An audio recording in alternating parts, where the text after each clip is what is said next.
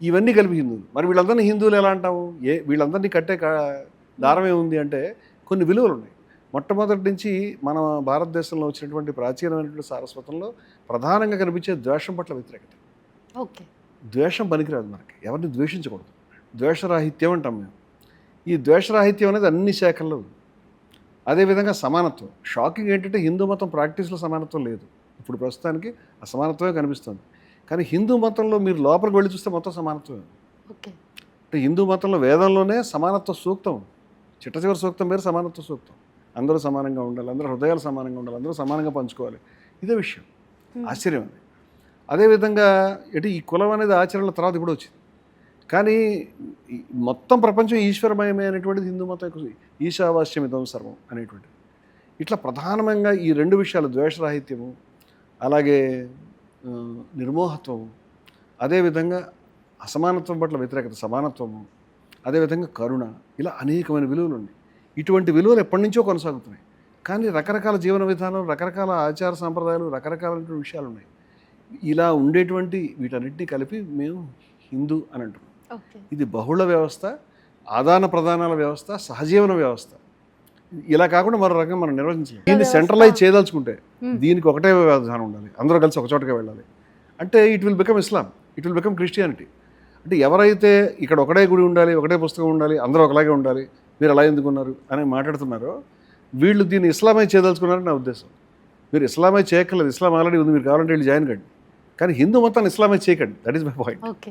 మీరు బహుళత్వం గురించి మాట్లాడుతున్నారు, మీ సంస్థ కూడా అదే చెప్తుంది. మా సంస్థ కూడా అదే చెప్తుంది. అయితే ఇప్పుడు బీజేపీ ఏదో హిందూ మతానికి బ్రాండ్ అంబాసిడర్ లాగా రాజకీయాలు చేస్తున్న నేపథ్యంలో మొత్తం దేశాన్ని ఏకీకరణ చేసే ఒక ఉద్యమాన్ని చేస్తుంది. జమిలీ ఎన్నికలు కావచ్చు, ఒకే భాష, ఒకే సంస్కృతి, ఒకే మతం, ఇవంతా దీన్ని ఎట్లా చూడొచ్చు? అంటే దేశాన్ని ఏకీకరణ కాకుండా దేశాన్ని విచ్ఛిన్నం చేస్తున్నారు. వాళ్ళు అవతల వాళ్ళ మీద వాడే గ్యాంగ్ టుక్కుడే గ్యాంగ్ అంటారు. కరెక్ట్ వేరు, అది వీళ్ళకే పెట్టచ్చు. దేశాన్ని ముక్కలు చేద్దాం అన్నట్టుగా నాకు అర్థమవుతుంది. మొదటి విషయం ఏంటంటే బీజేపీ మీద నాకు ప్రత్యేకమైన కోపం ఏం లేదు. బీజేపీ అనేది ఒక రాజకీయ పార్టీ. మిగతా రాజకీయ పార్టీలకు దీనికి తేడా ఏమిటంటే ఇది మతాన్ని ఉపయోగించుకోవాలని ముందుకు వచ్చింది. అంటే వీళ్ళే కాదు, మతాన్ని ఉపయోగించుకోవడానికి జమాతే ఇస్లామీ ముందుకు వచ్చింది, మతాన్ని ఉపయోగించుకోవాలని ముస్లిం లీగు, ఎంఐఎం ముందుకు వచ్చినాయి. వీటిని మతాన్ని ఉపయోగించుకునే పార్టీలు, మన భాషలో మతోన్మాద పార్టీలు అనొచ్చు. ఈ పార్టీలకి వాస్తవంగా మతం పట్ల ఏ శ్రద్ధ లేదు. వీళ్ళకి ఉన్నదంతా కూడా ఎలా కుర్చీ సంపాదించుకోవాలి, దానికి ఇది కూడా వాడచ్చా అనేది. చాలామంది కులాన్ని ఉపయోగించుకుంటారు, వీళ్ళు మతాన్ని ఉపయోగించుకుంటారు, అంతే తేడా. కాంగ్రెస్ కూడా ఏదో ఒక మోతాదులో మతాన్ని ఉపయోగించుకోకుండా ఏమీ లేదు. కాంగ్రెస్ ఉపయోగించలేదని చెప్పడం నాన్ సెన్స్. అందుకని అంటే డైరెక్ట్గా ప్రత్యక్షంగా పచ్చిగా ఉపయోగిస్తున్నది బీజేపీ ఉపయోగిస్తుంది.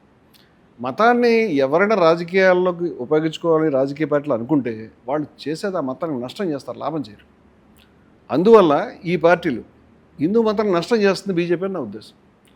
అలాగే జమాతే ఇస్లామీ కానీ ఎంఐఎం కానీ ఇస్లాంకి నష్టం చేస్తున్నాయి. ముస్లిం లీగ్ ఇస్లాంకి నష్టం చేసింది, జన్నా గారి పార్టీ ఇస్లాంకి నష్టం చేసింది. అంటే మతాలకి రాజకీయ పార్టీలు దూరంగా ఉండాలని మేము కోరుకుంటున్నాం.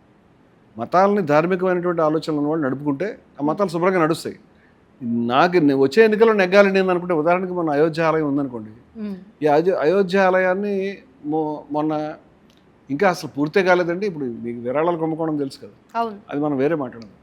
దీని టాపిక్ వచ్చినప్పుడు నాతో ఒక డిబేట్లో ఒక బీజేపీ పెద్ద ఆయన ఏమన్నారంటే, అసలు మాకు గుడే పూర్తి కాలేదండి, మీరు ఇంకా గొడవ చేస్తున్నారండి. నా ప్రశ్న ఏంటి, గుడి పూర్తి కానప్పుడు మీరు ఎందుకు ఓపెన్ చేశారు? ఎందుకు ఓపెన్ చేశారు తెలుసా అమ్మా? ఎన్నికలు వస్తాయని ఓపెన్ చేశారు. అంటే 1924లో ఎన్నికలకి కేవలం 3-4 నెలల ముందు హడావుడిగా ఈ ఆలయం పూర్తి కాకుండా ఓపెన్ చేశారు. ఓపెన్ చేయడం మాత్రమే కాదు, దాన్ని ప్రధానమంత్రి మోదీ గారే వెళ్ళి ఓపెన్ చేశారు. క్రెడిట్ నాకు రావాలి అని. అదే కాదు, మీరు చూస్తే కనుక ఇప్పుడు తిరుపతి ఆలయం గురించి మీరు విని ఉంటారు. తిరుపతి ఆలయం యొక్క మూల విరాట్ ఫోటోని మీరు ఎప్పుడైనా చూసారా? ఫోటో ఎలా చూసారంటే ఫోటో తీరేరే.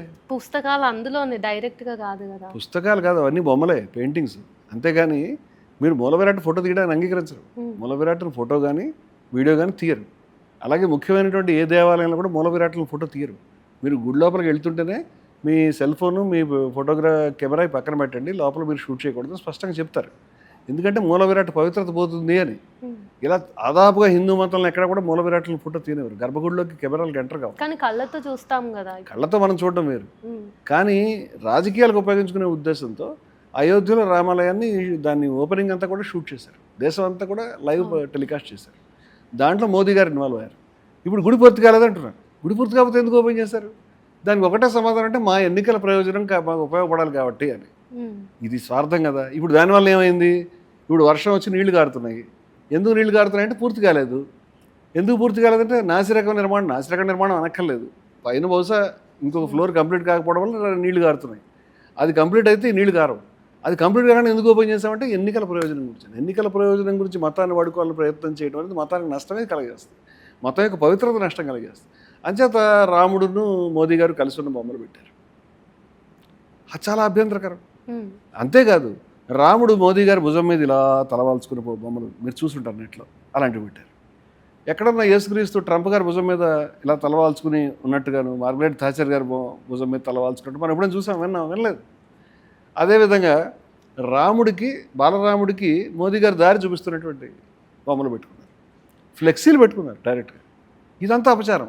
హరహర మహాదేవ అనేటువంటిది వారణాసిలో మనకు వినిపించేటువంటి భక్తుల యొక్క పవిత్రమైనటువంటి నినాదం.